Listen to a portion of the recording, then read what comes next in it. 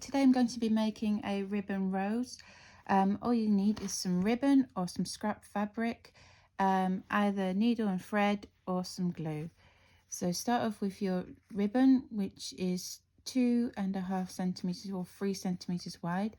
Fold that bit over and then start rolling. Then you come there and you fold it over again. And then sort of keep rolling and folding backwards. So at this point you could put a bit of glue on, but I don't like when you see the glue marks. Well, if you're very careful you don't get glue marks, so I'm just going to pin it and then sew it into place afterwards. So keep rolling and turning.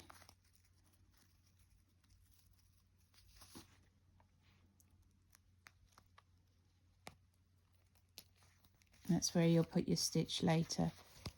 So fold again, and depending how big you want your rose, just keep going. So I'm just going to use a small rose because it's for a 1920s headband, which I'll make in part 2. So I want it just this big. So make sure it's sort of roundish. So I'm going to stop it there and stitch that all in place.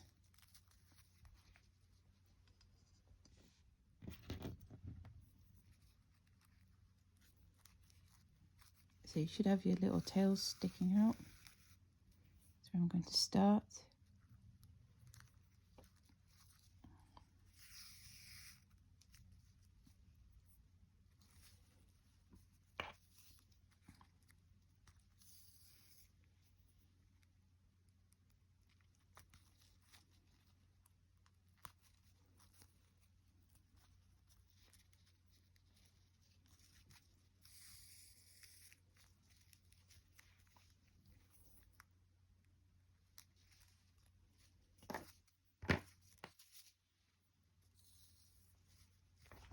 And there you go, there you have your little ribbon rosette. I'm going to keep the thread on because I'm going to stitch that onto the headband. Thanks for watching. If you like this video, please like and subscribe for more. Bye.